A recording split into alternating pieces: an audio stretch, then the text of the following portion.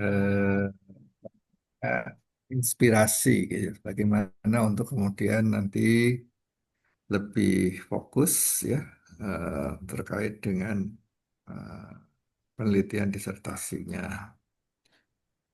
Nah,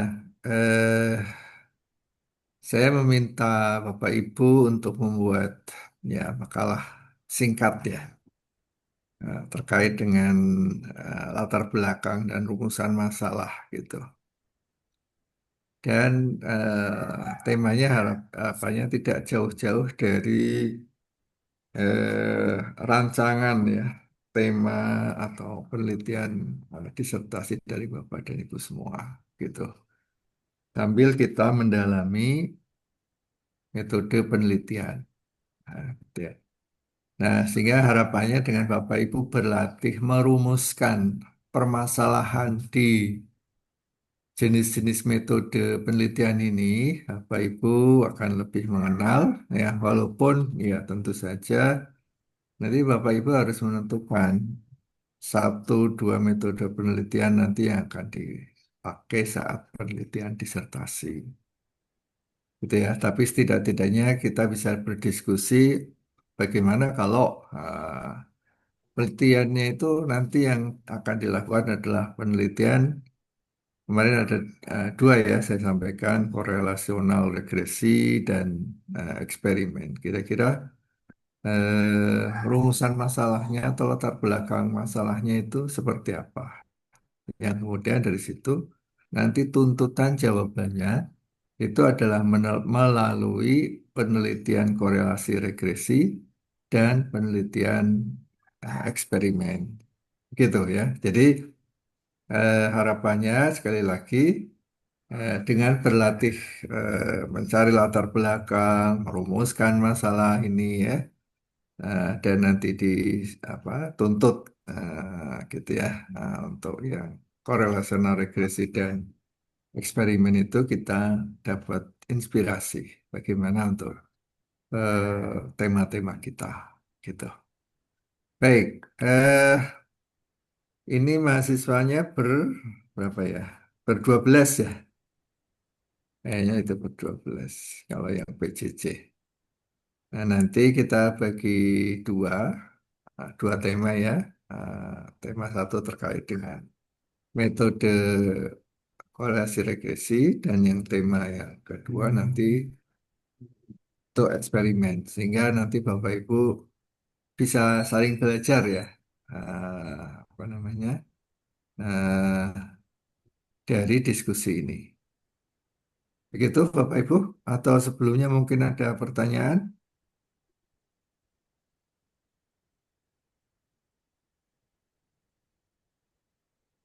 Tidak adanya. Izin saya, Prof. Oh, baik, Ini silakan. Prof, kita juga mau tanya. Ya. Ya, saya Prof. Terima Ah, kasih. Assalamualaikum warahmatullahi Waalaikumsalam wabarakatuh. warahmatullahi wabarakatuh. Iya, Prof. Mohon izin. Ini saya kan tugasnya di Google Classroom ya, Prof. Hmm. Dikirim. Nah, saya tidak bisa membuka Google Classroom-nya, Prof. Akun Oh, yang saya begitu. pakai semua sudah saya ganti, tapi tidak bisa, Prof. Oh, Iya Prof, Ibu ada pakai teman kita juga. Namanya Pak Zainul juga belum bisa login Prof. Iya, Prof. eh sudah Beberapa orang pakai banyak. baik. Sudah pakai apa namanya? Akun UNY. Iya, sudah, Prof. Tapi tidak bisa juga, Prof. Minta ini Ada Oke. Prof, kodenya, minta Prof. persetujuan atau kode Eh, akses Kode di akses ini ya. dari Iya, pengajar. minta persetujuan. iya. Gitu. Banyak yang tidak bisa masuk, Prof. Kemarin. Oke, Sampai sekarang juga. baik. Kalau begitu saya ulang ini saya ambil lagi alamatnya. Saya Sebentar. cantumkan di bagian chatroom ya. Iya, Prof. Gitu Prof. Silakan Untuk Bapak kawan-kawan Ibu. yang lain, Bu Murti, Pak Zainul, Ya, Siap. saya juga. Ya. Pak Aco juga belum bisa, Pak. Banyak. monggo Oke, Pak Jo. oke, ya, oke. Silakan ini diklik saja yang ada di chatroom. Ya, nanti saya coba lihat komentarnya di sini seperti apa. Apakah saya harus memberikan persetujuan? Kalau yang lain kayaknya tidak perlu persetujuan ya. Nggak Kalau lewat awalnya tanpa, Prof. Oh gitu. Oke, Harus silakan pakai ini. diklik untuk masuk menjadi siswa. Saya masuk harus pakai ini akun dulu, Prof.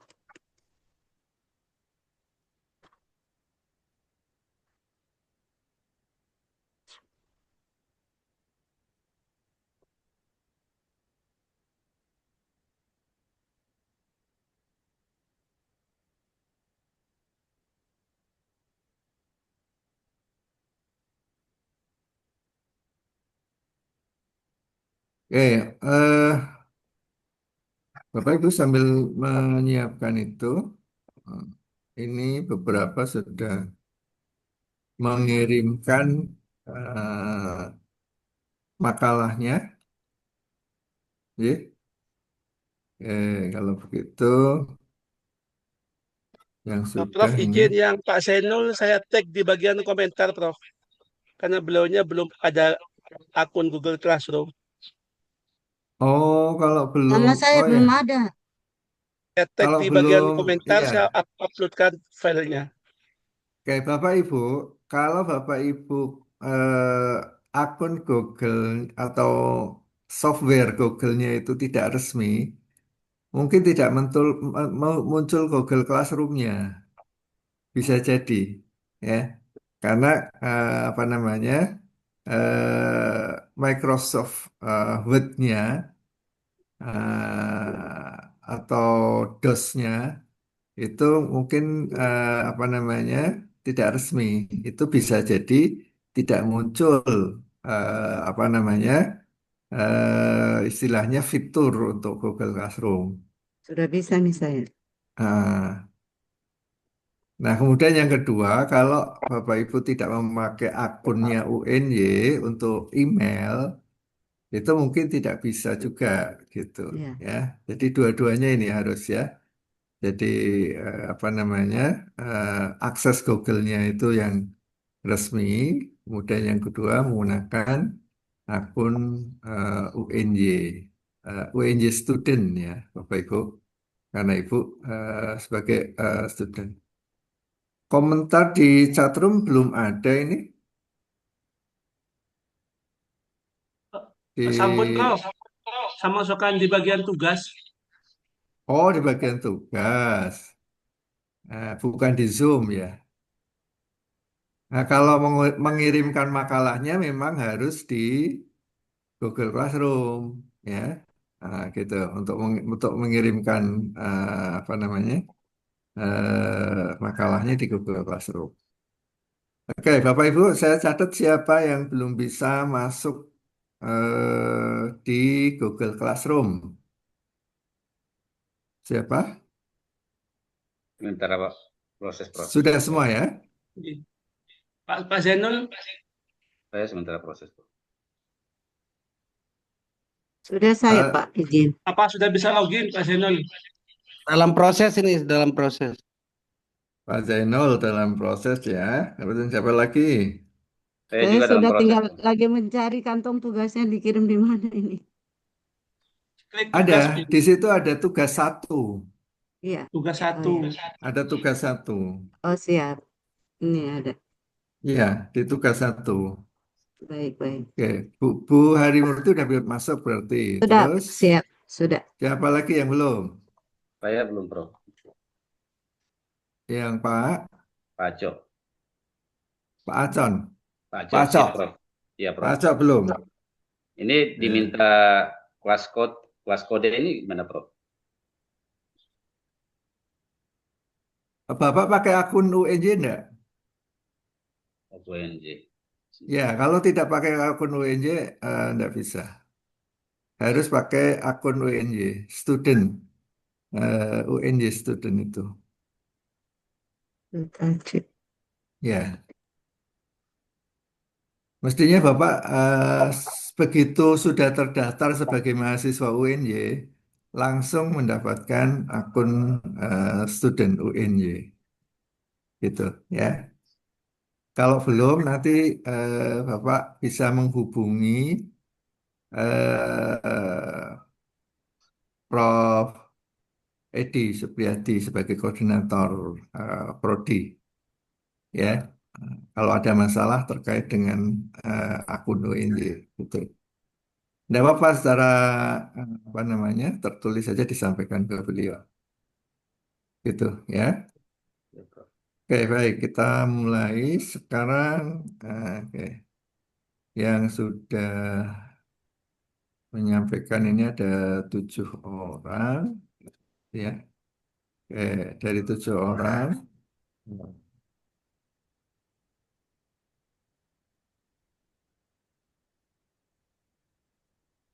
Oke, silakan untuk yang pertama ini nanti 4 orang ya, 4 orang untuk menyampaikan tadi secara ringkas ya, mungkin maksimal 5 menit lah begitu. Eh,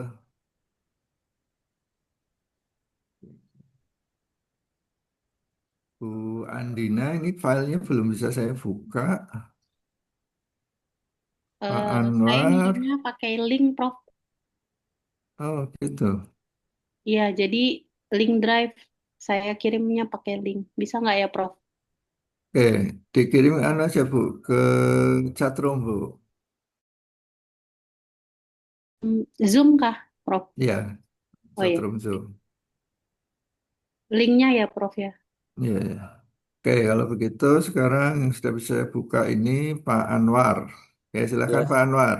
Ya, siap, untuk Prof. menyampaikan secara singkat untuk yang eh, Eksperimen. korelasi korelasi regresi dulu, ya. Sudah ada. Ini yang oke. Oh, eksperimen malah Pak Anwar ya. Ya, siap, Prof. Oke, yang eksperimen aja enggak apa-apa. Ini yang sudah ada. Baik, mohon Oh, izin dulu. korelasi regresi ada juga kok ini. Ayo silakan Ah, korelasi regresi dulu. korelasi regresi dulu, Prof. Ya, Ya, siap. ya, silakan Pak Anwar ya. Oke. Bentar. Ya, Assalamualaikum warahmatullahi wabarakatuh. Waalaikumsalam. Waalaikumsalam. Izin, Prof. Ini sesuai dengan tugas yang kemarin. Kebetulan saya buat dua. Jadi Hmm. untuk yang pertama itu yang menggunakan analisis korelasi regresi. Hmm. Jadi untuk yang makalah ini saya ingin mencari tahu pengaruh model diagnostik berbasis integrasi deep knowledge tracing dan standar kompetensi BNSP terhadap kompetensi desain grafis siswa SMK melalui Hmm. analisis korelasi regresi dengan implementasi library R. Jadi Hmm. eh, model diagnostik ini saya buat dengan machine learning, Prof, dengan menggunakan program R dan menggunakan library semacam keras dan metode edge scanning dan juga TensorFlow.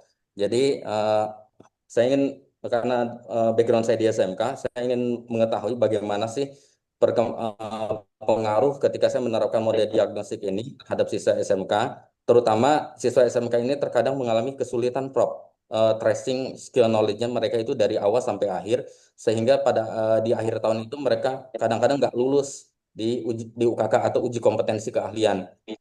Jadi Hmm. saya menggunakan ini model diagnostik ini dengan harapan nanti ketika ini diterapkan seperti ya diuji nanti si guru-guru ini lebih mudah melacak lebih mudah melacak knowledge anak-anak itu dari tahap 1, 2, 3 dan seterusnya. Sehingga ini menjadi gambaran apakah nanti ini apa yang harus diperbaiki di akhir agar mereka bisa lulus di UKK. Hmm. Seperti itu, Prof. Ya, Kemudian ya. Kemudian untuk yang masalahnya, jadi penggunaan DKT dan standar kompetensi BNSPD dengan Librarian ini adalah mengerti bagaimana hubungan antara penerapan model diagnostik, DKT dan standar BNSP dengan kompetensi desain grafis, terutama siswa SMK jurusan desain komunikasi visual. Hmm. Yang kedua, pengaruh model diagnostik ini berbasis DKT dan standar BSM ini terhadap kompetensi siswa kejuruan berdasarkan analisis regresi. Yang ketiga, bagaimana implementasi library R dapat digunakan untuk menganalisis korelasi dan regresi antara model diagnostik dan kompetensi desain grafis siswa. Yang terakhir, apa sih implikasi hasil analisis korelasi regresi terhadap pengembangan sistem evaluasi dan pembelajaran di SMK Kejuruan, khususnya jurusan desain komunikasi visual. Mungkin itu saja, Prof, untuk yang singkat, untuk yang analisis regresi, Prof. Oke. Baik, terima kasih Pak Anwar. Oke, selanjutnya eh, berikutnya untuk H. Murti. Silakan. Masih Baik, ya, Prof. korelasi regresi ya. Ya. Ya, pertama itu Pak, latar belakangnya itu eh, kita jelas tahu di pendidik saya kan latar belakang pendidikan anak saya ini Pak Prof. Hmm. Kemudian tantangan dalam mengukur literasi numerasi awal yang untuk anak-anak berkebutuhan khusus, khususnya di sekolah kami di PAUD itu menunjukkan bahwa data yang ada, yang memang saya ambil dari data dinas kemarin, kebetulan saya pengawas di PAUD itu mendapat eh, hasil sekitar 40%. Jadi 40% itu sekolah-sekolah yang ada di PAUD itu rata-rata semua memiliki anak-anak yang ABK. Hmm. Penyebabnya kesenjangan capaian belajar yang memiliki instrumen yang adaptif tentunya. Terus kemudian capaian belajar di PAUD ini khususnya anak-anak yang ABK ini eh, apa sangat tidak ter- terlihat Pak Prof. Kemudian kenapa demikian? Karena itu guru-guru yang memang tidak memahami, yang belum memahami banyak guru-guru yang belum memahami bagaimana pendidikan inklusi khususnya untuk anak-anak yang berada di PAUD. Hmm. Hal ini tentu saya juga melihat atau eh, mengambil judul ini untuk terkait apa itu isu-isu terkait literasi numerasi yang untuk di PAUD yang selama ini hanya sekedar baca tulis, tetapi sekarang kemampuan literasi yang tentu yang sangat bermakna. Dalam hal ini bagaimana anak-anak PAUD nanti di dalam mereka eh, belajar itu akan kalau literasi numerasi mereka dari awal tidak bagus atau tidak tercapai, tentu akan mempengaruhi pada pendidikan selanjutnya. Tentu ini menyebabkan juga apa namanya? Kami juga melihat kebijakan Permendikbud nomor 111 tahun 2014 tentang PAUD inklusi yang menekankan pada penilaian holistik. Namun praktiknya tentu Pak Prof ini masih sangat konvensional, kurang sensitif terhadap keragaman ABK seperti autisme atau kesulitan belajar di satuan pendidikan anak usia dini. Pengembangan penilaian ini kami mengambil rumusan masalah bagaimana hubungan korelasi antara kualitas instrumen penilaian literasi numerasi awal dengan capaian belajar anak ABK di PAUD inklusi di Kota Kendari. Kemudian faktor apa yang memicu atau yang menyebabkan kurangnya literasi numerasi awal di PAUD inklusi Kendari, di mana salah satu beberapa faktor tentunya adalah pelatihan guru dan dukungan kurikulum yang belum mempengaruhi atau tidak berpengaruh pada terhadap aktivitas khususnya penilaian literasi numerasi. Ya, ya. Itu. Ya. Hanya itu saya dulu Oke, Pak ya. Prof. Terima kasih. Mohon Ya, ya, bimbingannya Pak. ya. Terus berikutnya Pak Herman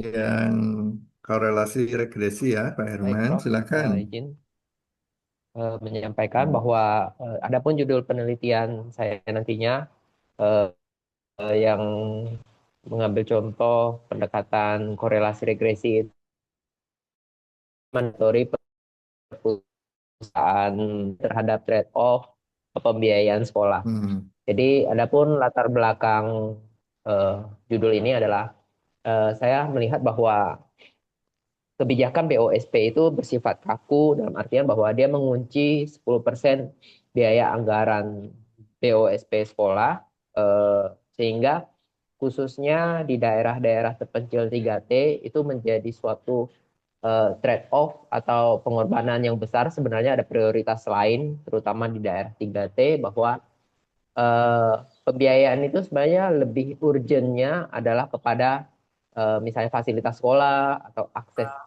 perbaikan sekolah atau fasilitas pembelajaran lainnya yang lebih dibutuhkan untuk daerah 3T.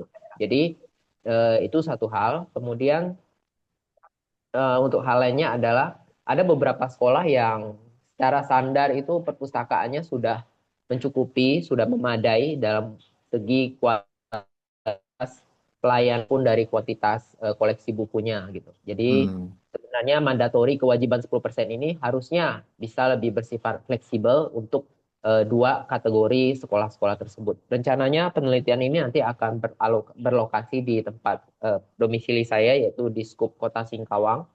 Nantinya kalau misalnya sampai ke skup disertasi saya akan melebarkan sampai ke area Provinsi Kalimantan Barat. Hmm. Kemudian jadi untuk tujuan penelitiannya, rumusan masalahnya, Pak Prof.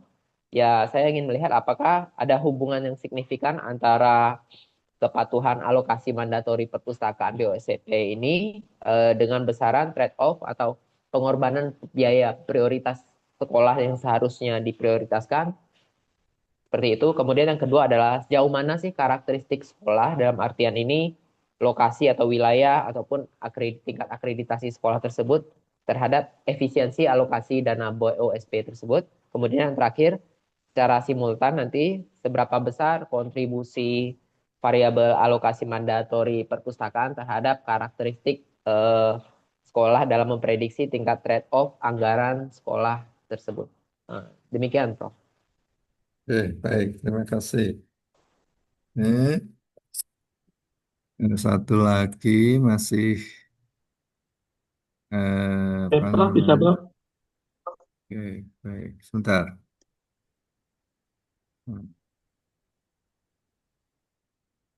Ini yang korelasi regresi tadi tidak tersampaikan. Hidayat Kuram Hamdad, Ya, siap, halo? siap, Prof. Oke, silakan ya Baik, Prof. disampaikan ya. Ya, mohon Hmm. izin, Prof. Eh, apa namanya penelitian saya ini berawal dari lingkungan kampus ya, kok, Prof ya, di mana Hmm. di kampus Akademi Maritim Hmm. memiliki dua regulasi ya, Prof. Jadi penilaian itu berdasarkan dari LD2 Dikti dan dari Dinas Perhubungan, gitu, Prof. Nah, permasalahan yang sering muncul adalah apabila regulasi itu nanti berbenturan, Prof, antara terutama dalam administrasi, pelaporan dan lain sebagainya, itu, Prof. Jadi apa namanya permasalahan yang sering timbul di samping administrasi, yaitu Prof, kadang-kadang taruna itu merasa beban untuk studinya semakin berat, gitu, Prof. Karena Hmm.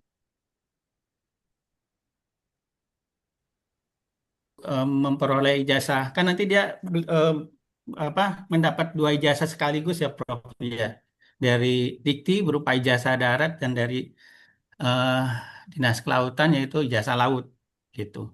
Nah, jadi rumusan Oh, ya, ya, ya. masalah yang mungkin nanti bisa saya teliti adalah yaitu bagaimana tingkat implementasi dan dua regulasi itu terhadap pendidikan tinggi pengelola proses administrasi pada kampus vokasi.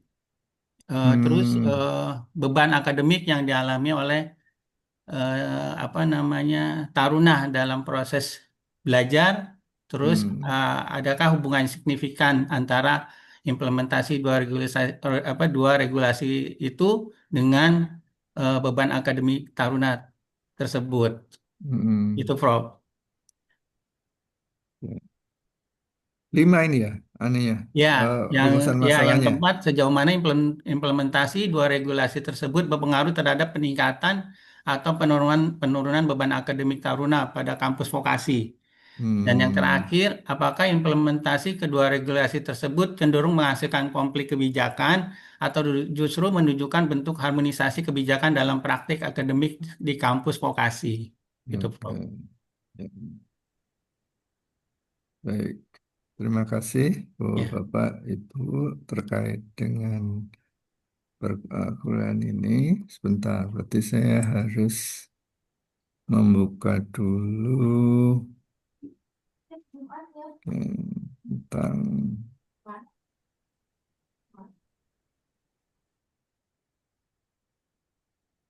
hutan dalam penelitian.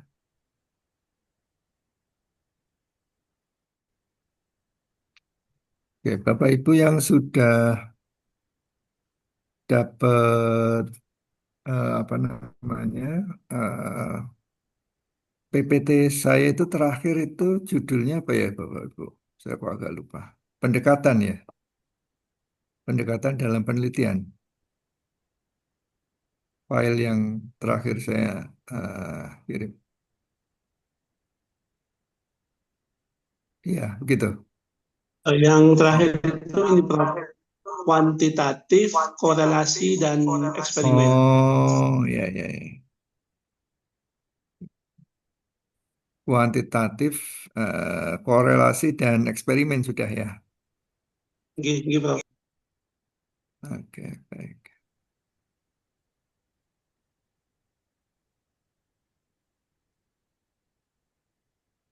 Ya,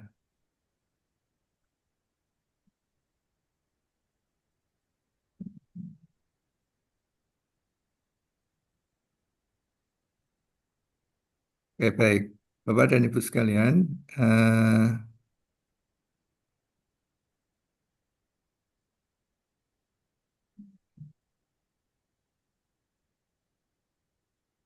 pertama dari ini filenya kok.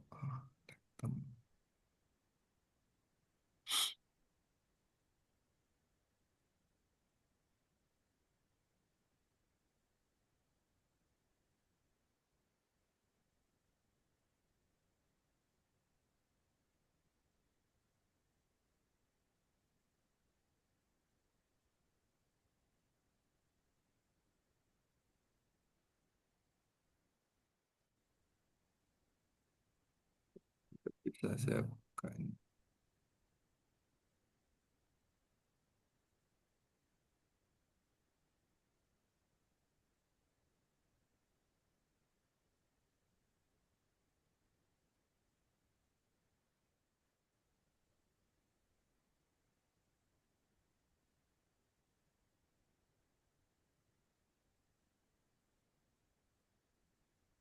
Oke, baik.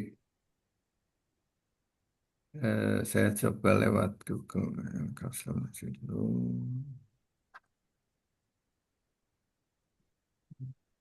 Terus, hmm,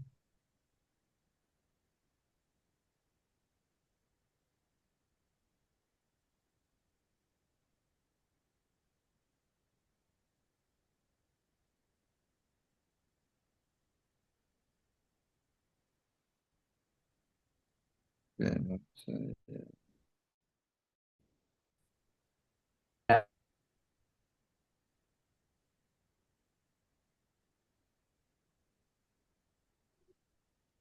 Oke, baik. Apa sudah muncul? Sudah ya. Sudah. Sudah, Prof. Gini, Prof. Baik, ya, oke. Ya, pertama eh, penelitian korelasional ya.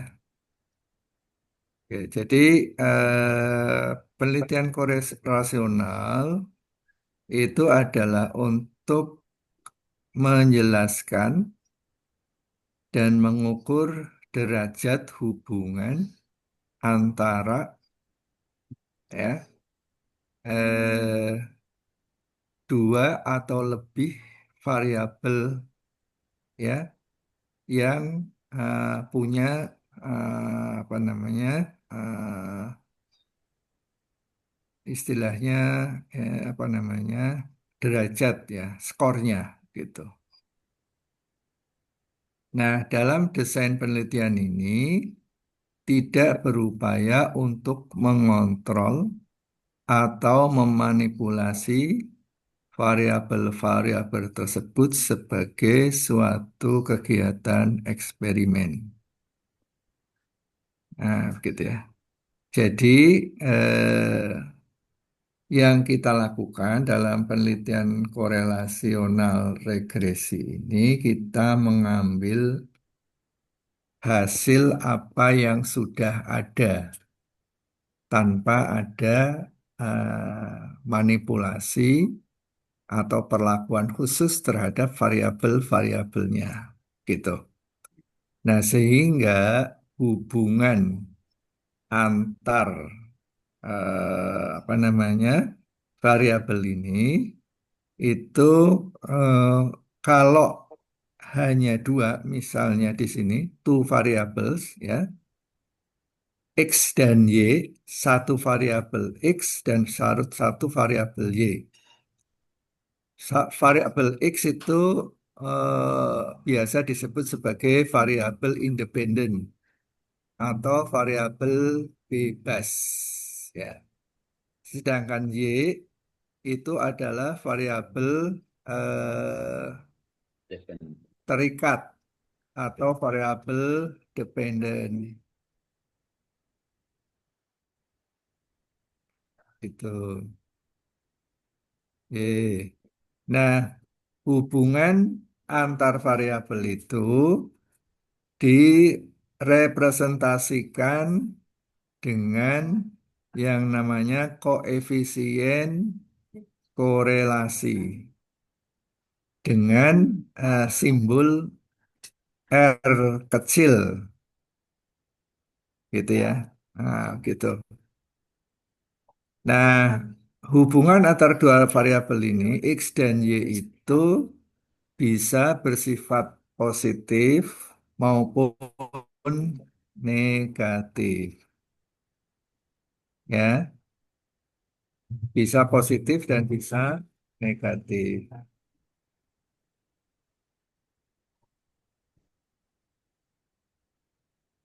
Kemudian koefisien korelasi itu ya, itu nilainya itu terbentang mulai dari -1 sampai +1.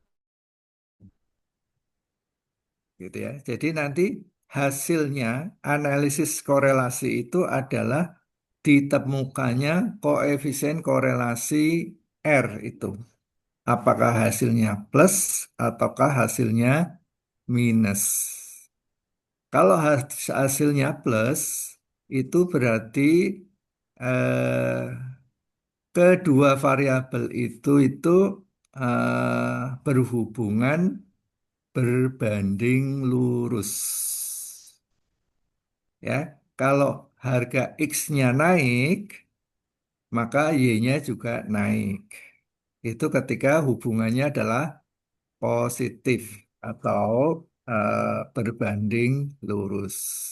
Itu.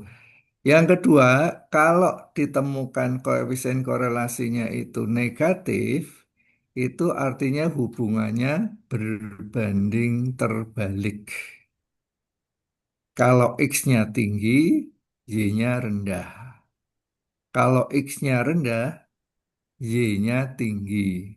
Nah, itu namanya hubungan terbalik. Nah, itu disimbolkan dengan tanda negatif pada koefisien korelasinya. Kalau koefisien korelasinya itu 0, data itu tersebar merata ke seluruh area. Ini namanya korelasinya 0 atau tidak ada hubungan. Kadang nilai X tinggi, Y-nya rendah. Kadang X-nya rendah, Y-nya tinggi. Jadi tidak menentu ini, tidak membentuk. Itu ketika korelasinya nol, ya, tidak ada hubungan. Gitu.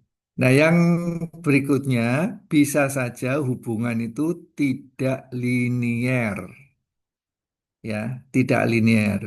Jadi membentuk kurva, garis lengkung, ya, bisa dalam bentuk yang cembung, bisa dalam bentuk yang cekung, gitu ya. Ini garis apa regresinya atau hubungannya, gitu, ya. Oke, Bapak Ibu, contohnya saja, ya, hubungan antara tingkat pendidikan dan tingkat pendapatan itu hubungannya positif, ya. Jadi kalau tingkat pendidikannya tinggi, maka dia penghasilannya banyak. Kalau tingkat pendidikannya rendah, penghasilannya rendah. Nah, begitu. Jadi umumnya mereka-mereka yang punya tingkat pendidikan tinggi, maka penghasilannya juga tinggi. Sebaliknya, tingkat pendidikannya rendah, penghasilannya juga rendah. Nah, ini hubungannya positif, Bapak Ibu. Ya. Kemudian ketika hubungannya itu negatif, contohnya apa? Contohnya itu adalah antara tingkat pendidikan, ya, dengan tingkat kejahatan di masyarakat, ya, itu hubungannya itu rendah. Jadi untuk masyarakat yang berpendidikan tinggi, biasanya kan kehidupannya lebih teratur, lebih tertata, ya, sehingga tingkat kejahatannya itu rendah, gitu ya.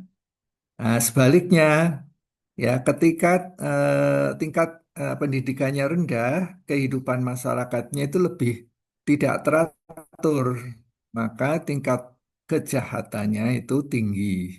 Nah, itu kalau di apa korelasikan itu korelasinya negatif atau berbanding terbalik, gitu.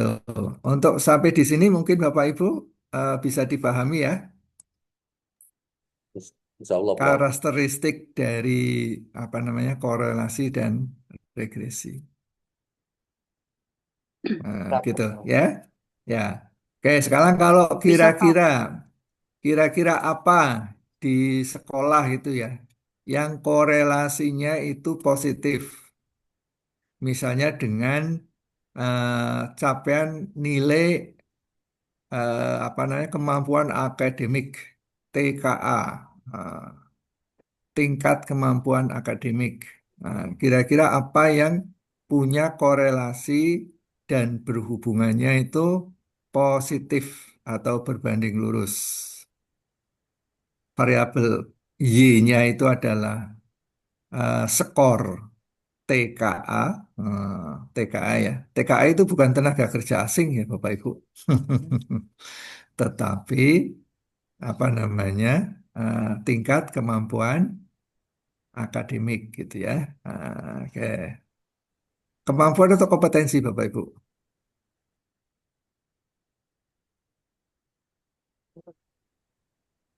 Hubungan Hah? misalnya, Prof, hubungan kinerja guru dalam proses pembelajaran dengan hasil TKA murid. Ya, jadi Kompetensi, mungkin Prof. Izin Prof, TK itu apa tes kemampuan akademik, Prof? ya, oke. Baik, ya. Jadi eh, kualitas pembelajaran di kelas dengan tingkat kemampuan akademik. Nah, itu berbanding lurus. Nah, gitu ya. Sekarang, yang berbanding terbalik dengan TKA itu variabelnya apa misalnya? Bapak Ibu bisa kasih contoh? Sekarang Ibu. Tadi sudah Pak Aco. Ya, Prof. Apa? Bu, yang berbanding terbalik dengan tingkat kemampuan akademik. Kira-kira variabel apa? Bu Andina? Halo? Yang berbanding terbalik dengan capaian TKA kira-kira apa? Variabel apa? Hmm, yang korelasinya negatif ya, Prof ya. Ya, korelasinya negatif. TKA dengan kalau minat, motivasi kayaknya positif. Apa ya? Oke. Apa Bu Siti Aminah bisa memberi contoh kira-kira variabel apa yang berbanding terbalik dengan TKA, tes kemampuan eh, akademik ya, tes kemampuan akademik itu. Yuk, Bu Siti Aminah yang hubungannya berbanding terbalik atau korelasinya negatif.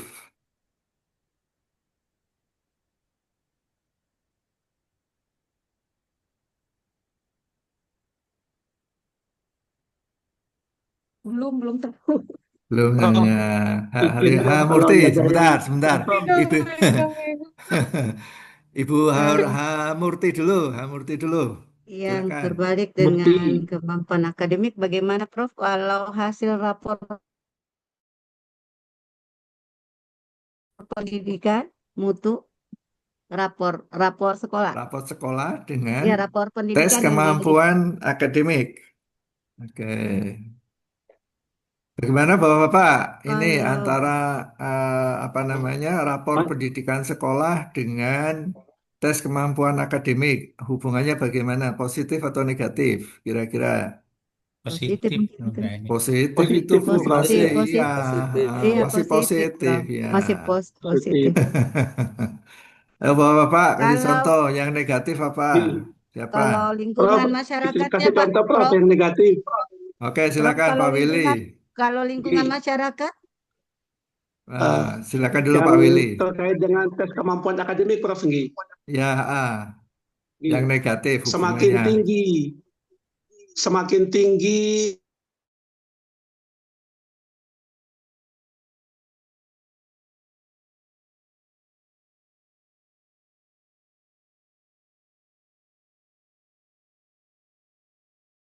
kecemasan dalam Diulang Pak Willy, tadi nge-freeze, ini diulang Prof. dari awal. Ya, Siap. Eh, untuk korelasinya, semakin tinggi kecemasan mengerjakan soal tes kemampuan akademik, maka semakin rendah fokus dan hasil akademik yang didapatkan. diulang Bapak, Oke. diulang. Saya Prof. Eh, Saya ulang, semakin tinggi kecemasan dalam mengerjakan tes kemampuan akademik, maka semakin rendah fokus dan hasil tes kemampuan akademik yang didapatkan. Ya, bagus. Iya, kasih jempol banyak gitu ya Bu ya. Jadi kalau eh, pada diri anak itu semakin tinggi ya tingkat kecemasannya, nah, maka hasil skor tes kemampuan akademiknya itu semakin rendah. Itu namanya hubungan berbalik atau korelasinya negatif. Nah, gitu ya. Jadi di dalam penelitian korelasi regresi itu kita itu mencari hubungan antar beberapa variabel. Nah, bukan ya tanpa kita itu memberikan apa namanya treatment apapun ya manipulasi terhadap variabel-variabel itu. Jadi apa ada maka ini kalau korelasi regresi itu masuk kategori penelitian observasional, ya, observasional. Atau kalau dilihat dari timingnya, waktunya, itu namanya ex post facto, ya. Jadi sudah berlalu kejadiannya, kan gitu. Kita sudah mengukur hasil TKA-nya, kita sudah mengukur tingkat kecemasannya, gitu ya. Setelah itu kita analisis, kita olah datanya dengan teknik korelasi. Adakah hubungannya itu signifikan atau tidak, gitu ya. Kalau ada, kalau signifikan, hubungannya positif atau negatif. Nah, begitu. Ya, itu untuk apa namanya teknik apa metode penelitian untuk korelasi ya korelasi ya. Nah, sekarang kalau itu dalam di regresi, maka kita meningkat kepada keinginan kita untuk memprediksi sumbangan suatu variabel bebas terhadap variabel terikatnya gitu.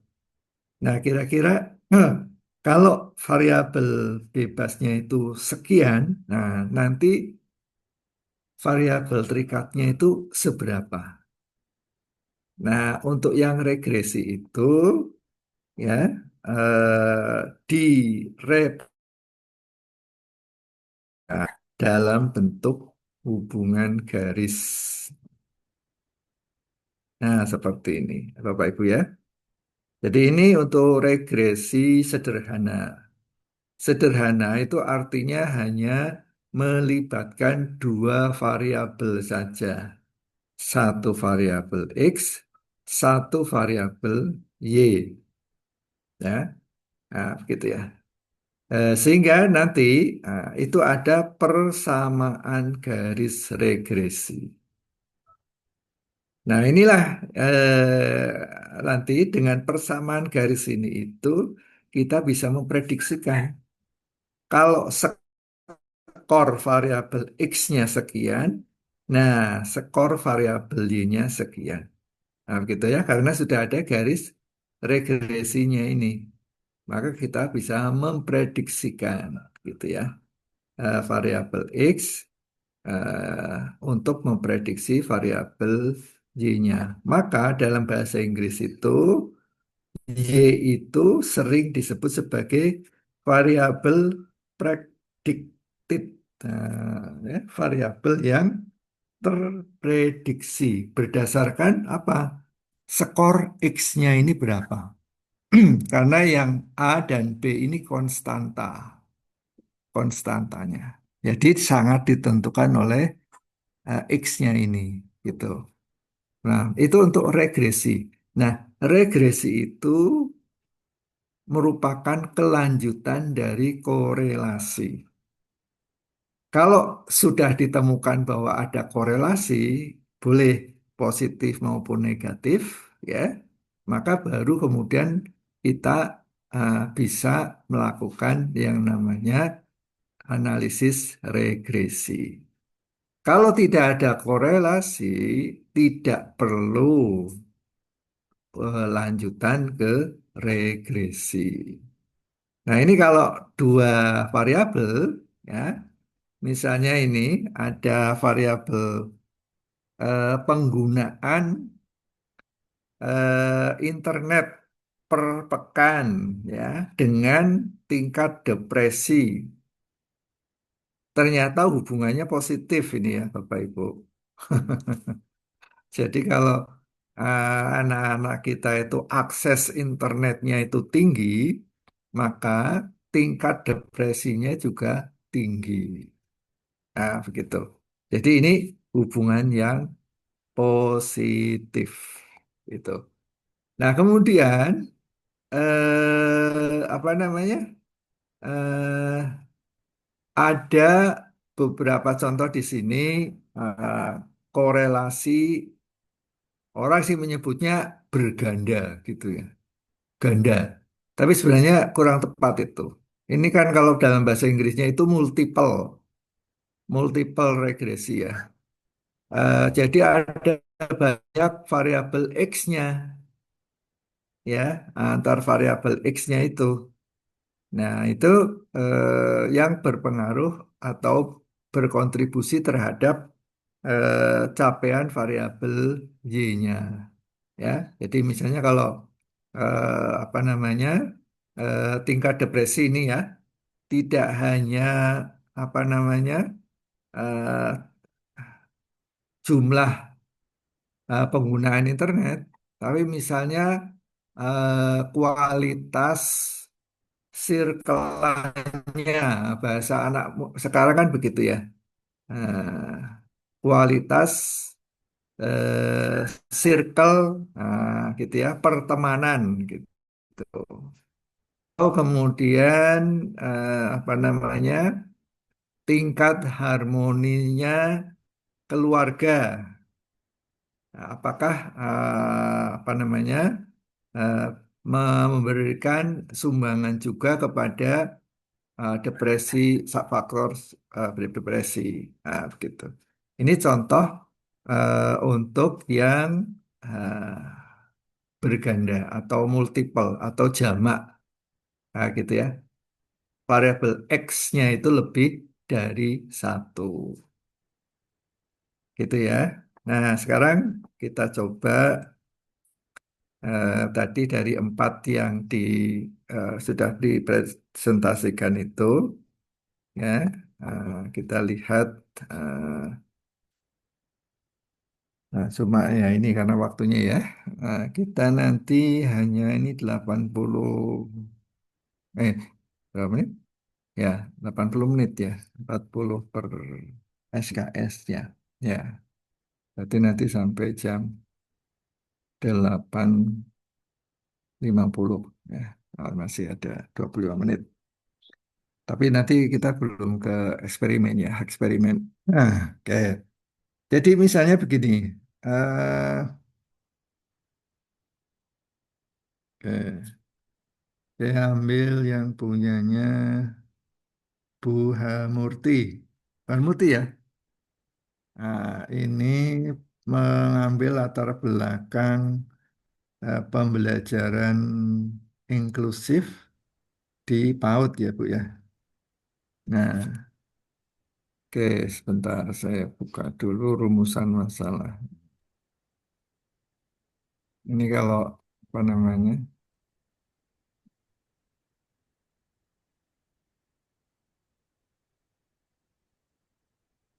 Prof, yang saya belum izin Prof, belum sempat masuk ke Google Classroom. Bisa nanti tampil juga untuk sekedar memaparkan. Oh, boleh, boleh. Siap, Prof. Oke, baik. Saya- Sudah muncul belum ya? Belum ya, kayaknya. Belum, belum Pak. Eh, ya, ya. Ini betul ya, Bu. Terkait dengan hubungan. Saya minta pendapatnya dulu ini untuk apa namanya? Kira-kira kalau rumusan masalahnya seperti ini itu cocok tidak dengan analisis korelasinya yang tadi seperti sudah saya sampaikan begitu. Eh, saya minta pendapatnya Pak Herman. Silakan Pak Herman. Sudah terlihat di Belum, Zoom? Prof. Eh, Eh? bagian screen-nya tidak fokus ke papernya Bu Oh gitu. Kurti. Ya, maksudnya ke si Oh, akad itu, Prof, oh malah tampilannya. saya akad ya. Ya. Oh, bentar. Ini ya, sudah ya sekarang. Sudah, Prof. Sebentar, Oke, Prof. ya. Ini rumusan masalahnya begitu begini. Kira-kira Hanya bagaimana? satu aja atau semuanya, Prof, yang rumusan masalah? Dua-duanya Atau aja. Kira-kira dua-duanya? gimana? Oke, silakan. Sudah sih, Prof, yang nomor satu sih antara Dibaca, Jadi dibaca, variabel dibaca. bagaimana hubungan atau korelasi antara kualitas instrumen penilaian literasi numerasi awal dengan capaian belajar anak ABK di PAUD Inklusi Kendari. Jadi variabelnya itu antara kualitas instrumen penilaian literasi awal dan variabel eh, terikatnya itu capaian belajar anak di ABK di PAUD Inklusi Kendari. Oke. Yang kedua, Yang kedua, faktor apa atau pelatihan guru, dukungan kurikulum yang paling berpengaruh regresi terhadap efektivitas penilaian literasi numerasi awal di PAUD inklusi. Ini regresinya mungkin ya dok ya, Prof. bagaimana? Faktor apa? Oh, jadi asumsinya apakah ini, saya mau ini dulu Prof. Apakah literasi numerasi awal itu kok kayaknya nggak kena apa ya nggak linear dengan ini apa dengan yang pertama punya. Ya harusnya melihat regresinya yang nomor satu ya Prof ya antara instrumen pada penilaian literasi awal dengan capaian belajar anak seperti itu. Kok ini Ya, ada pelatihan guru dan dukungan kurikulum seperti itu kan jadi variabel lain lagi seperti itu. Ya, Itu ya, Prof. ya, ya. Oke, baik. Terima kasih Pak Herman. Ya, jadi Bapak Ibu pernah melihat atau mengalami terapi gitu ya, kesehatan. Nah, misalnya kalau ibu-ibu ini apa namanya, diet gitu. Upaya untuk menurunkan apa namanya, berat badan gitu ya. Ada Bapak Ibu yang lewat olahraga atau yang lewat makanan atau lewat pengobatan begitu? Ada, Pak. Ada ya. Baik. Yang namanya apa namanya, diet tentang pengurangan berat badan itu pasti Bapak Ibu melakukan yang namanya pengukuran berat badan ya, timbangan itu. Ya, gitu. Ya, untuk mengetahui apa laju pengurangan berat badannya kan harus ditimbang, Pak. Gitu ya. Tidak cukup dipandang, tapi harus ditimbang berat badannya gitu. Nah, kira-kira yang berkontribusi terhadap penurunan berat badan itu pemberian pengaturan makanan, kemudian obat-obatan atau olahraga atau alat timbangannya, Bapak Ibu, yang berkontribusi terhadap hasil diet itu apa? Selain timbangan itu Prof. Olahraganya. Selain timbangan, Bang. Ya, Timbangan untuk mengukur. timbangan itu hanya untuk mengukur, tidak akan berkontribusi terhadap hasil dietnya, gitu ya. Nah, instrumen itu kan timbangan itu kan instrumen. Jadi instrumen itu tidak akan berpengaruh terhadap hasil. Ya, sama dengan Bapak Ibu itu mengukur apa namanya panjang, gitu ya, gitu ya. Sekarang itu banyak alat ukur untuk mengukur panjang itu. Ada yang meteran, ada yang meteran untuk jahitan, gitu ya. Ada yang digital, gitu ya, dan seterusnya itu. Nah, instrumen itu tidak berpengaruh terhadap atau tidak berkontribusi terhadap apa namanya nilai atau skor gitu ya. Itu ya. Jadi ya kan yang namanya kalau timbangan badan kita pas tanggal sekian hari ini itu kan ditimbang dengan yang analog atau dengan yang mana gitu ya, tradisional itu ya berat badan kita ya hari itu kan itu juga ya. Cuma yang menjadi catatan kalau alat ukurnya berbeda, itu apa namanya, kita menguji yang namanya akurasi pengukuran, gitu ya. Nah, ini yang dari sekian alat ukur ini yang paling akurat yang mana, kan begitu? Bukan terhadap berat badan kita, gitu ya, gitu. Gitu ya. Jadi kalau kemudian kita mau mencari hubungan korelasi antara instrumen ya dengan skor hasil tes itu kurang tepat, gitu ya, gitu. Yang bisa berkontribusi terhadap kualitas capaian belajar itu adalah proses pembelajarannya. Gitu. Kalau kita ingin melihat pengaruh.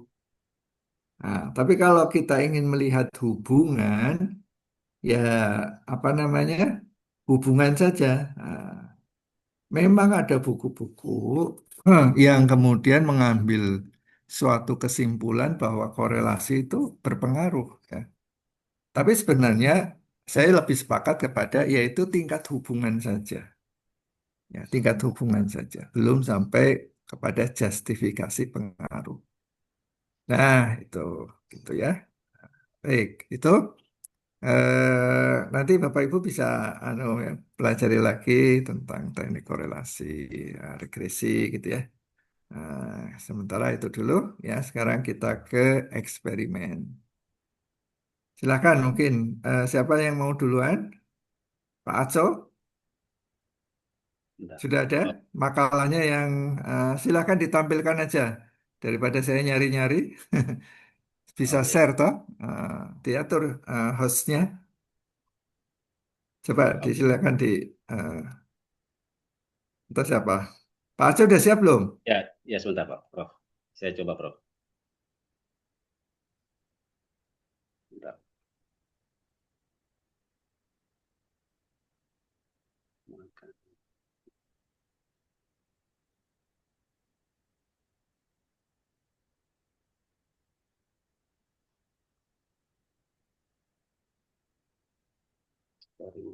Belum bisa. Siapa yang udah bisa duluan? Pak Hidayat? Halo? Oh, Ini Prof. Pak Basar. Yang eksperimen ya Bapak ya.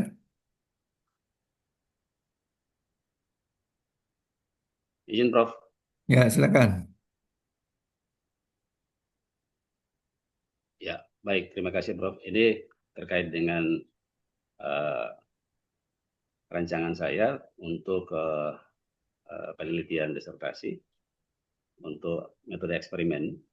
Judulnya efektivitas program akreditasi sekolah terhadap peningkatan kualitas pendidikan pada sekolah menengah atas negeri di Provinsi Maluku Utara. Studi eksperimen terhadap iklim lingkungan belajar, kepemimpinan kepala sekolah, dan kinerja pendidik dan hasil belajar.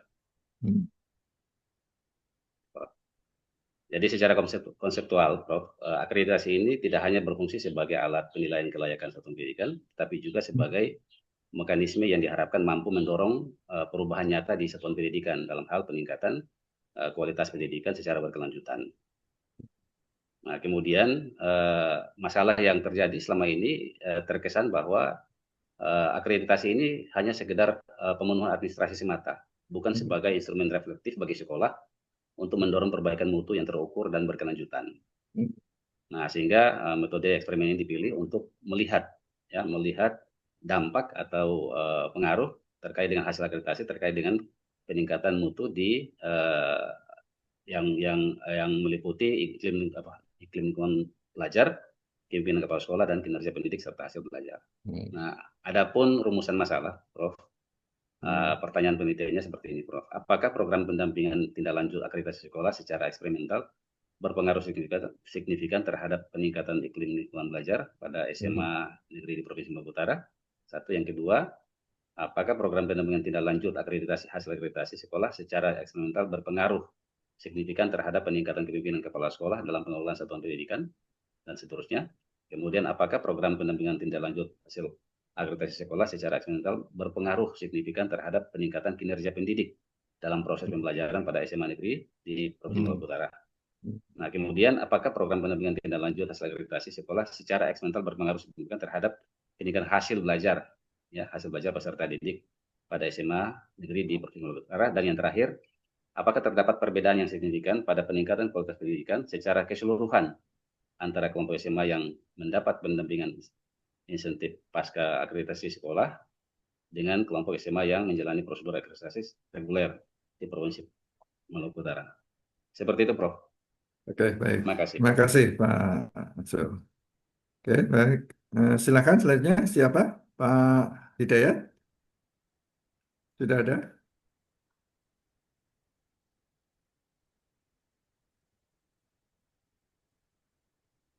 Suaranya belum ada.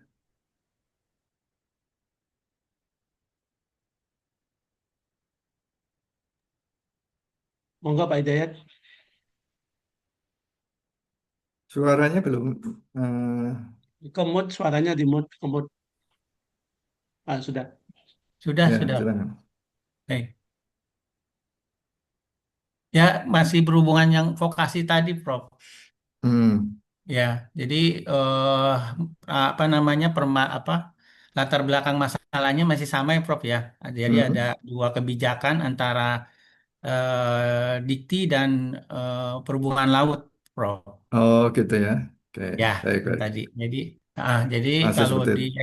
eksperimen eksperimennya adalah apakah terdapat perbedaan tingkat beban akademik taruna antara kelompok yang mengikuti model implementasi regulasi terintegrasi dengan kelompok yang mengikuti model implementasi regulasi konvensional. Ya, Tuh, Prof. oke, Terus, baik.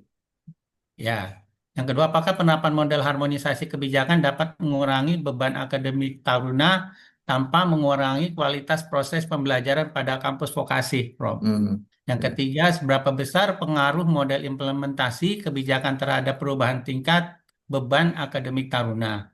Yang oke, terakhir, model implementasi kebijakan mana yang lebih efektif dalam mendukung sistem pembelajaran yang optimal pada kampus vokasi. Itu, oke, Prof.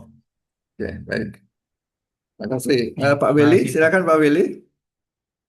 Bisa ditampilkan Pak Willy? Siap, Prof. Ya, ya. Kita mau share screen. Yang tadi korelasi gerak-geriksi sampun, saya sekarang confirm ke bagian eksperimen, Prof. Ya. Nah, ini model eksperimen yang mau saya ajukan. Mohon bimbingan dan arahan. Untuk eksperimen ini saya mau memperkuat dengan distingsi yang betul-betul saya konfirmasi. Karena kalau eksperimen ini hanya confirm pengaruh, Prof, maka sesuai seperti yang di PPT-nya dari Prof itu masih masuk ke ranah regresi. Namun dalam konteks ini judulnya itu adalah tentang pengaruh penerapan sistem evaluasi berbasis CIPP, konteks, input, proses, dan produk terhadap hasil belajar PAI di SMK Nasional. Nah, dalam pemilihan judul saya berdasarkan pada gap yang ada di lapangan, yaitu tentang permasalahan tidak sinkron antara realita dengan visi misi sekolah dan pembelajaran yang terjadi di SMK Nasional. Banyak sekali siswa yang melakukan tindak seperti yang di bawah standar, seperti pencurian di masjid ketika sholat berjamaah, tidak melaksanakan sholat jamaah, dan seterusnya. Sehingga saya masuk pada fase baru. Ini ada gap. Sehingga saya menelisik karena terkait dengan output CP siswa dalam kompetensi sikap afektif, gitu, maka ini akan berkaitan dengan moral value yaitu PAI. Maka saya ngambil untuk sementaranya itu untuk judul yang muncul adalah pengaruh penerapan sistem evaluasi CIPP terhadap hasil belajar PAI di SMK Nasional, Prof. Nah, Hmm. pengaruh ini masih dalam konteks regresi, saya tarik ke dalam konteks eksperimen. Seperti Hmm. yang dari Prof sampaikan tadi di PPT, Hmm. eh, eksperimennya adalah saya menambahkan variabel kontrol di eh, dalam studi ini, yaitu eh, sebagai peneliti, eksperimen itu bisa mengotak-atik sebuah variabel dan bisa menambah variabel yang ada di lapangan. Di lapangan itu siswa itu tesnya itu sudah menggunakan digital. Saya tambahkan juga tesnya menggunakan konvensional sebagai variabel kontrol, Prof, sebagai penguat bahwa Hmm. ini adalah penelitian eksperimen. Gitu. Dari Oke. berbagai eh, untuk latar belakangnya, di samping gap, saya juga menambah latar belakang dari konteks eh, filosofis normatif.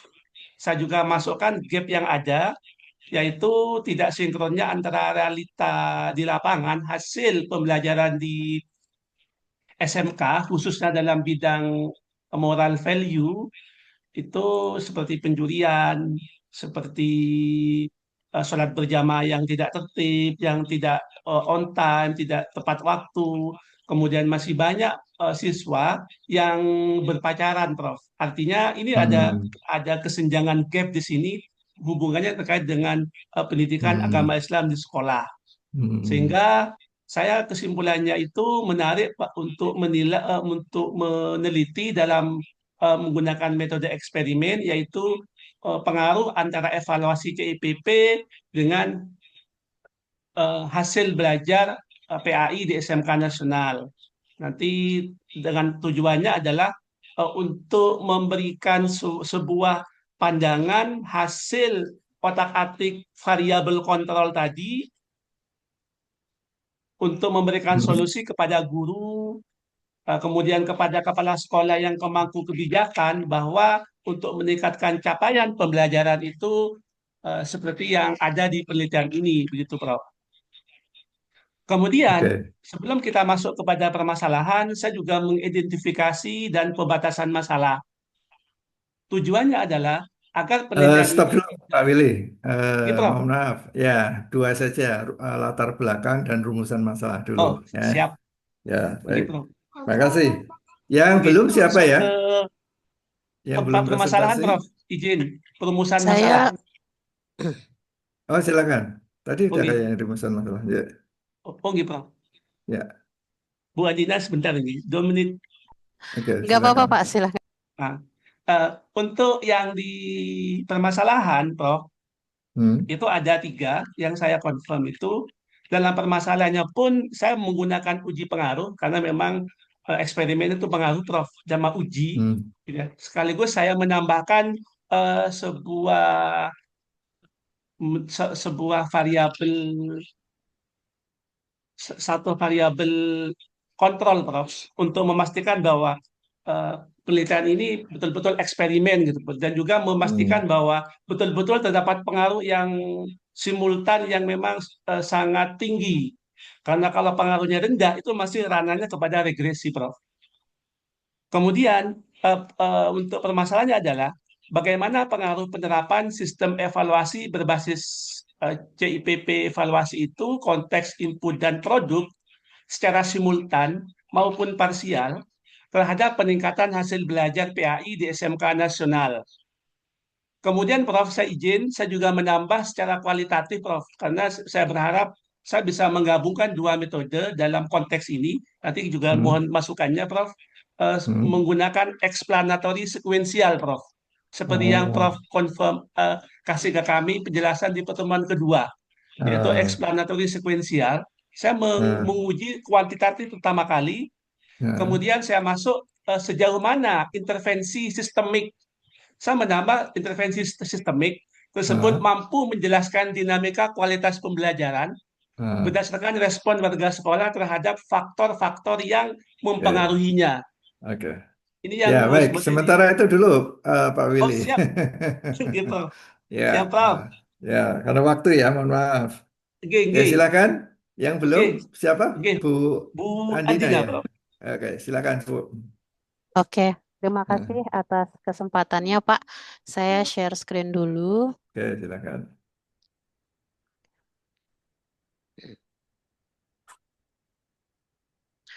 Baik, Bismillahirrahmanirrahim. Assalamualaikum warahmatullahi wabarakatuh. Waalaikumsalam warahmatullahi Ya, wabarakatuh. Bapak, warahmatullahi wabarakatuh. ya, Bapak Ibu sekalian, izin memaparkan proposal penelitian eksperimen yang saya coba susun dengan judul Eskalasi Kecakapan Belajar Abad 21 Mahasiswa melalui model penilaian keterampilan literasi kritis berbasis konsep menara penelitian. Sebenarnya tadi saya agak ragu-ragu dengan variabel X saya karena tadi setelah penjelasan Bapak tentang timbangan untuk diet, saya merasa bahwa model penilaian keterampilan literasi kritis ini juga instrumen posisinya. Namun nantinya Pak, instrumen ini tidak hanya disusun sebagai instrumen yang sifatnya tersendiri untuk mengukur kecakapan belajar, tapi diintegrasikan dalam buku ajar menara penelitian yang nantinya setiap pertemuan yang menggunakan buku ajar itu menggunakan instrumen penilaian ini. Nah, mohon izin untuk menjelaskan dulu per Ya, variabel, silakan. di Ya. mana di sini di latar belakang masalah. Di bagian paragraf pertama, saya coba paparkan terkait urgensi kecakapan belajar abad ke-21 menurut beberapa teori. Mulai dari teorinya Wijaya, Sujimat, dan Nyoto yang menyatakan bahwa kecakapan belajar merupakan kecakapan utama yang harus dimiliki oleh mahasiswa. Lalu juga ada pernyataan dari Litbang Kemendikbud tahun 2013 bahwa abad 21 ini ditandai dengan eh, beberapa tanda, yaitu empat tanda yang mana ini semakin menekankan bahwa seharusnya dalam proses belajar mengajar di ruang kelas, pendidik menghadirkan pembelajaran yang kolaboratif dan inovasi di abad ke-21.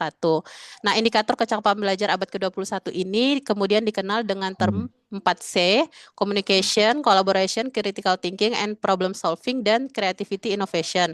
Nah, saya merasa bahwa term 4C ini erat kaitannya dengan keterampilan literasi kritis. Yang mana menurut Trilling dan Fadel tahun 2009, literasi kritis memungkinkan mahasiswa untuk nggak hanya menyerap informasi, tapi mengevaluasi kebenarannya secara mendalam, yang merupakan esensi dari berpikir kritis.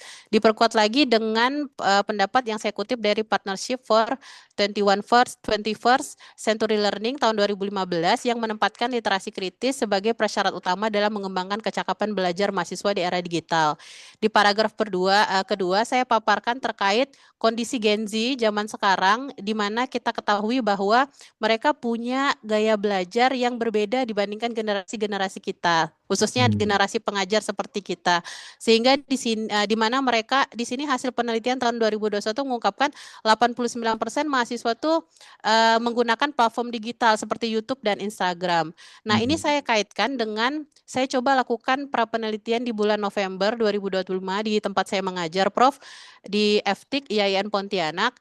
Saya coba pengen tahu sebenarnya mereka punya nggak ya sumber belajar berupa buku, baik itu e-book maupun buku cetak.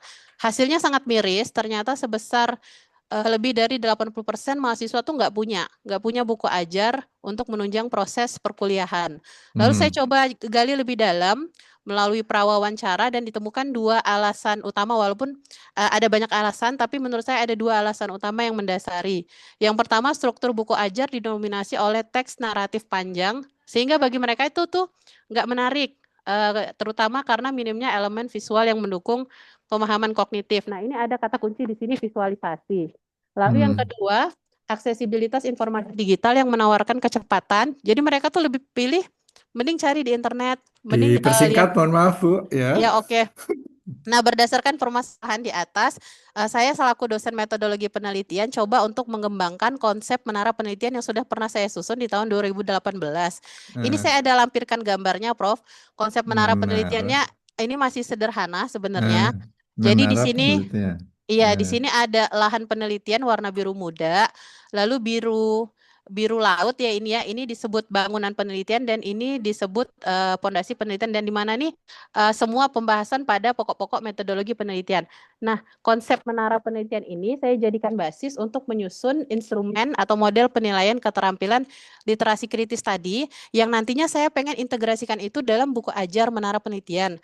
Karena buku ajar menara penelitian itu saat ini menjadi buku ajar yang menjadi rujukan utama mahasiswa ketika nyusun skripsi. Lalu juga alhamdulillahnya nih Prof, hampir seluruh skripsi itu mengutip buku ajar ini dan menjadi buku rujukan utama kalau di Fakultas Tarbiyah untuk perkuliahan metodologi penelitian. Maka dari itu saya merasa walaupun tadi timbangan tuh nggak cocok untuk meningkatkan diet, tapi saya merasa model penilaian ini kalau diintegrasikan ke dalam buku ajar yang saya susun, semoga bisa memberikan pengaruh terhadap variabel Y yang saya nantinya pengen ukur, yaitu kecakapan belajar abad 21. Maka dari itu saya susun 2 rumusan masalah. Mohon arahan Prof. Ini masih banyak sekali kekurangan. Yang pertama, bagaimana model penilaian keterampilan literasi kritis berbasis konsep menara penelitian. Jadi itu dulu yang mau saya kembangkan di awal dan diintegrasikan dengan buku ajar tadi. Lalu yang kedua, apakah model penilaian keterampilan literasi kritis berbasis konsep menara penelitian ini dapat mengeskalasi kecakapan belajar abad 21 mahasiswa yang subjeknya nanti adalah mahasiswa saya sendiri di Fakultas Tarbiyah IAIN Pontianak. Sekian Prof. Terima kasih. Jazakumullah Baik. khair. Oke. Yang belum siapa ya? Ada Pak Ilham ya? Kayaknya belum ini ya. Hadir Prof. Prof, ngapunten Ilham, Prof. Pak Zainul. Ini kok namanya Pak Ilham?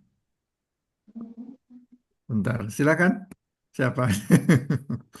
Nah, ini harus di John, rename dulu ya Bu ya. Kalau Bu Siti. ya oke, Bu Siti. Oke ya. Mohon Ya, Prof, saya belum. ya. Oke, silakan. Siapa dulu? Saya. Ya, Bu. Baik, Bu izin, Siti semangat, Prof. izin, Prof. Ya. Tar dulu ini. Bu Siti ya. Oke. Iya, Prof. Apakah sudah muncul share screen-nya? Ya, silakan jeda. Sudah ada? Belum? Ya. Sudah. Sudah. Oh. Baik, izin, Prof. Sejujurnya ini masih sangat awal gitu ya. Jadi saya harus banyak lagi belajar gitu. Sebentar, Prof. Ntar dulu ini. Jadi rencana judul penelitiannya adalah pengaruh implementasi model pembelajaran berbasis proyek digital menggunakan papan interaktif digital ya yang merupakan program Pak Presiden ya untuk bahwa tahun 2026 ini akan didistribusikan 4 layar PID ya, papan interaktif digital terhadap peningkatan kemandirian belajar dan hasil belajar siswa SMA. Baik, untuk latar belakang, nah ini mungkin di sini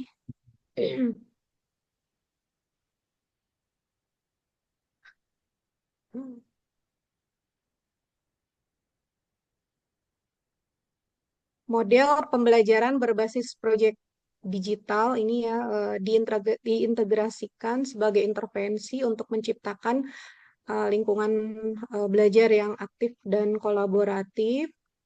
Nah, ini juga untuk latar belakang ya untuk memastikan data yang dihasilkan valid, reliable, objektif, bukan prosedur pengukuran yang sistematis. Nah, ini akan melakukan perbandingan kelompok ya, Prof. Ini antara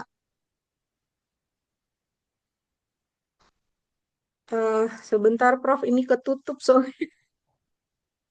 Langsung rumusan Ya, enggak apa-apa. Rumusan masalahnya kira-kira bunyinya Ini seperti apa? channelnya ketutup Dibaca aja, bentar. Bu. Ya, dibaca aja. Iya, Prof. Nah, Bentar. Aku ketutup lagi ya. Wah, gimana ini, Prof? eh? Ibu sendirian, nggak ada teman di Iya, situ yang Prof, bisa bantu. sendirian. Ini, Prof, punten.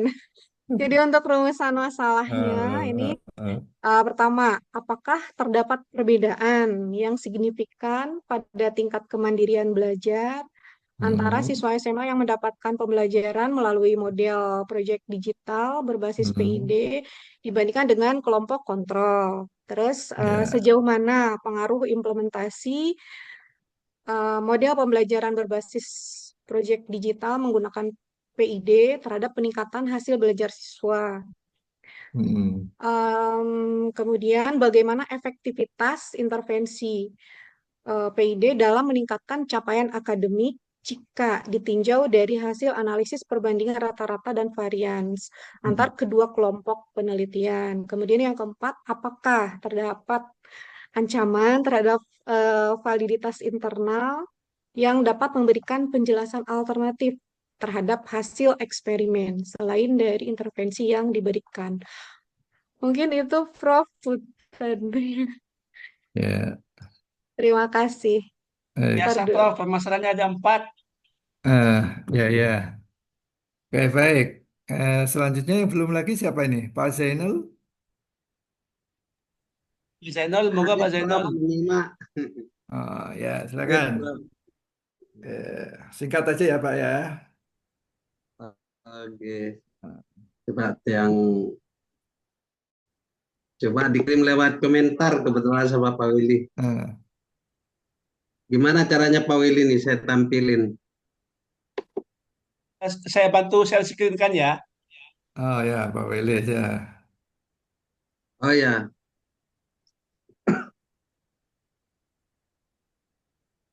Terima kasih.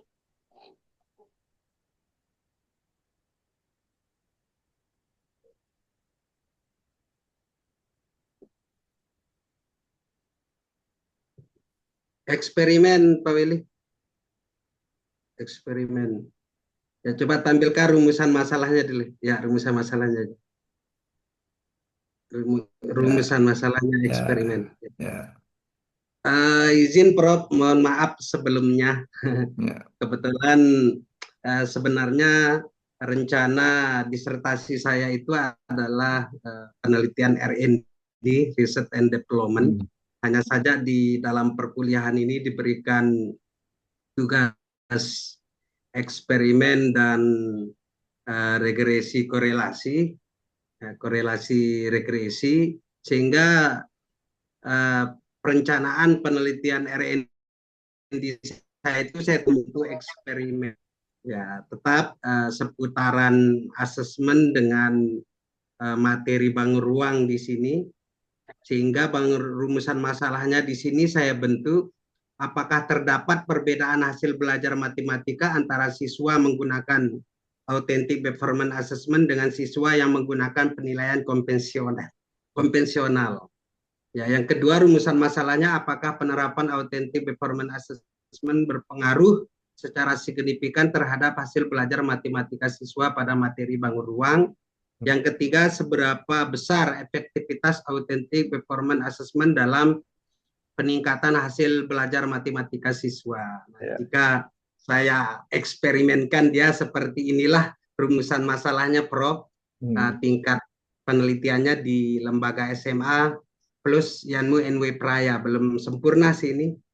Oke, Nama baik. lokasi juga belum saya cantumkan, Prof. Ya, oke, makasih ya. Siapa lagi ada? Pak John Day?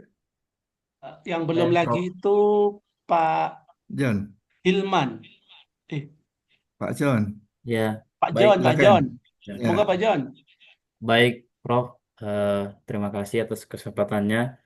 Kalau model penelitian eksperimen yang saya kirim itu, saya coba untuk turunkan dari rencana disertasi yang akan saya lakukan tentang evaluasi penilaian afektif Hmm. dalam pendidikan agama Katolik dan Budi Pekerti menuju Ya. model dialogis reflektif, Prof.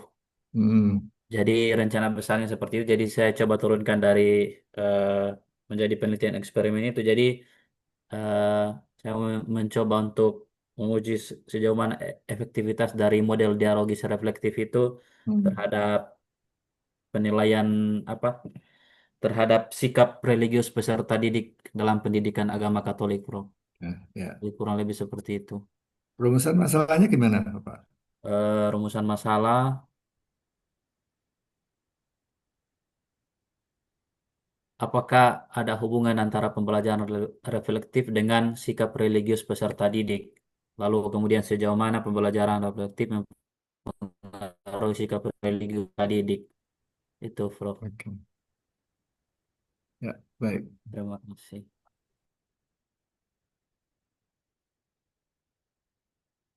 Makasih, Pak John. Baik, singkat saja ya. Ini karena waktunya sudah habis. Oke, ini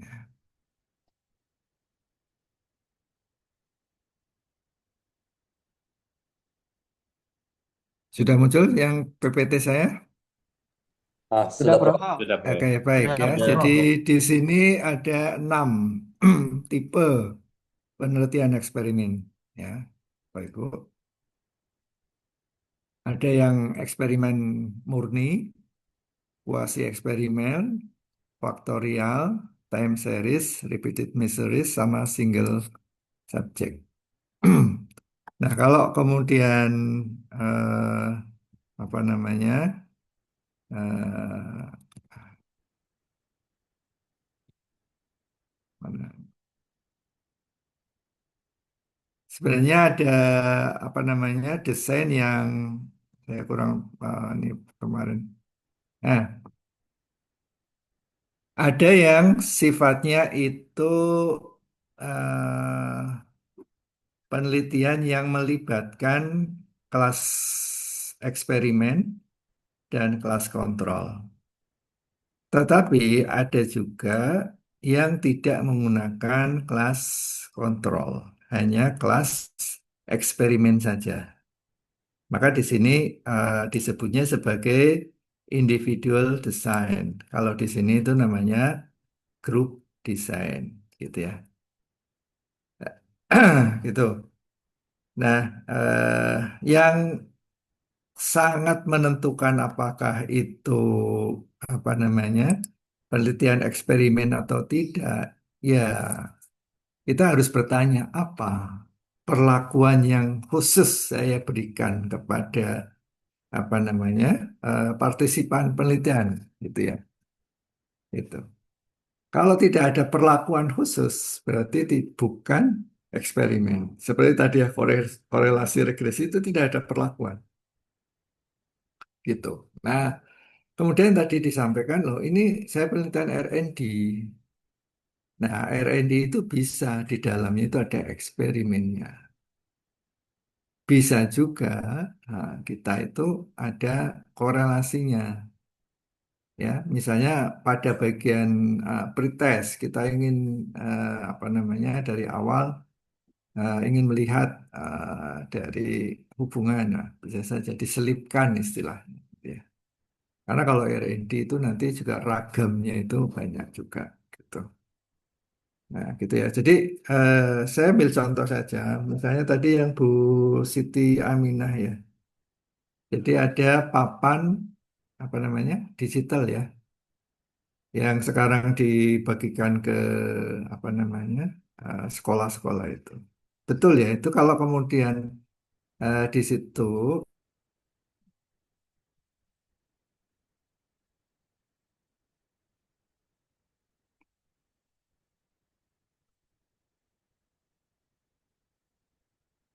Suara hilang.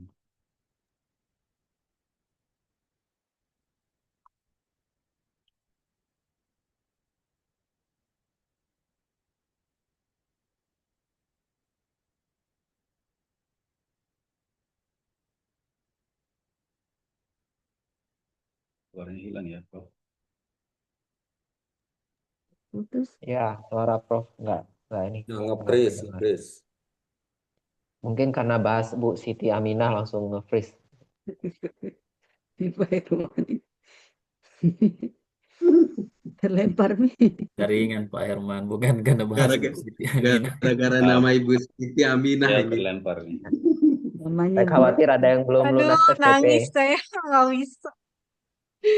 Aduh. Saya saja langsung kaget disebut namaku duluan ngerinya.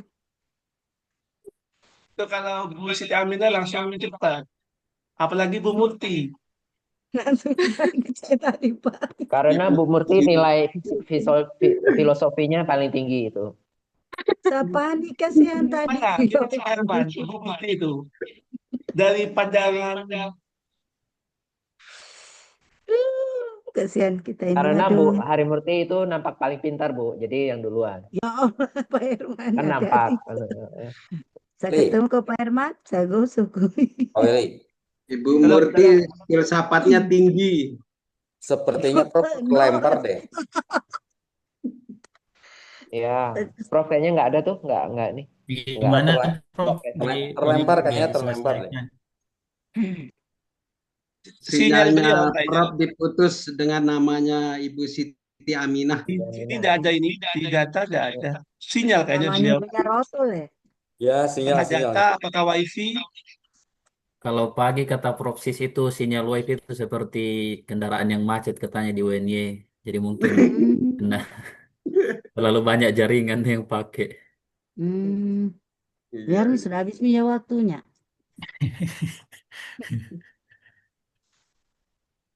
Ya sabar Ibu ya. Ditunggu aja, khawatir nanti Bu Prof Murti masuk kalau mau lagi.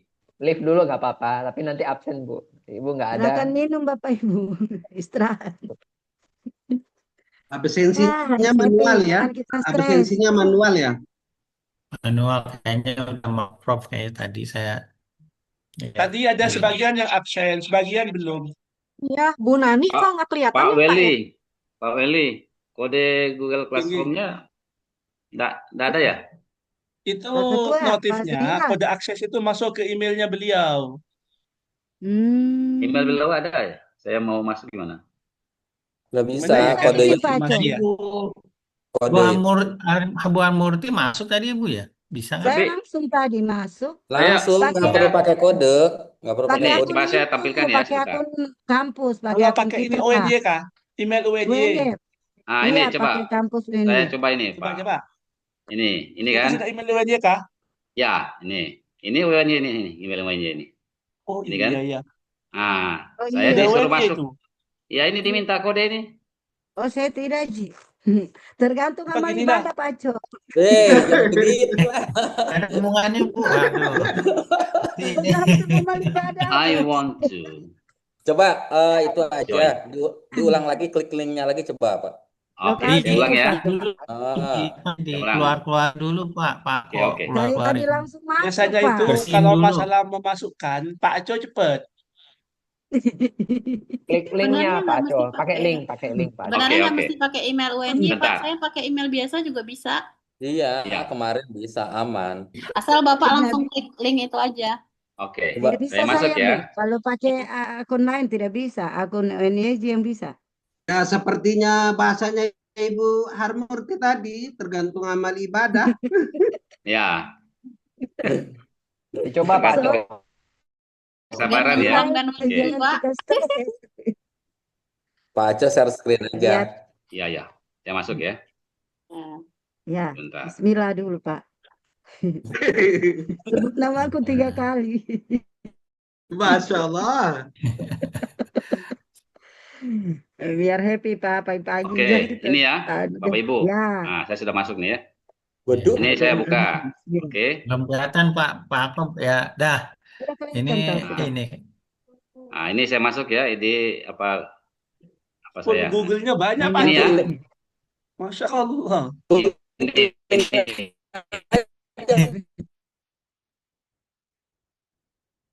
Langsung buka di situ.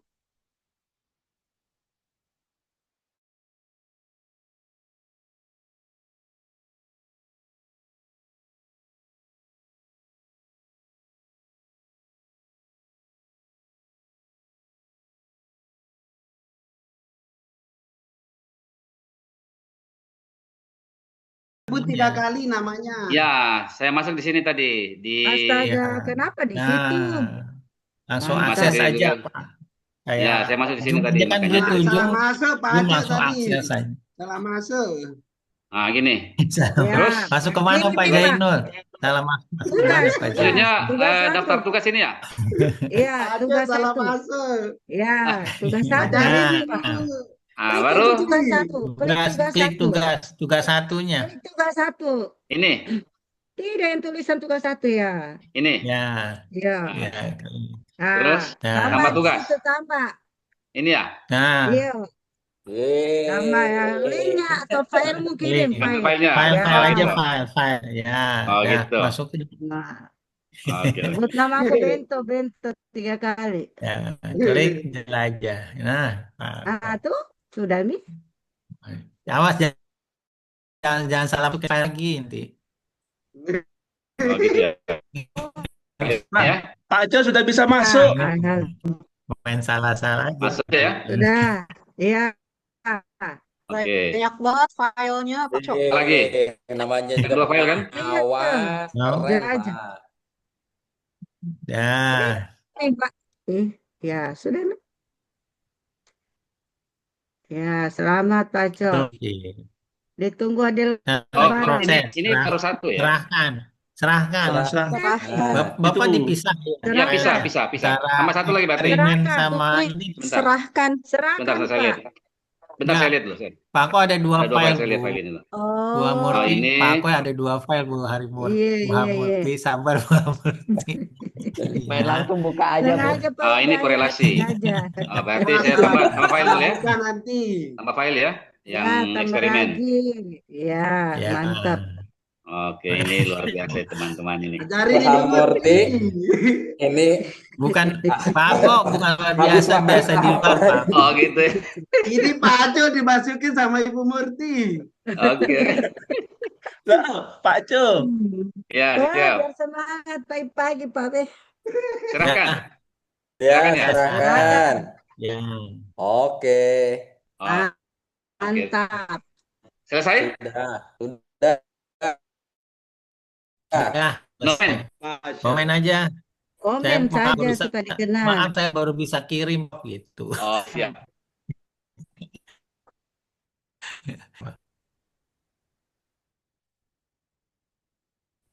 Bukan komen belum.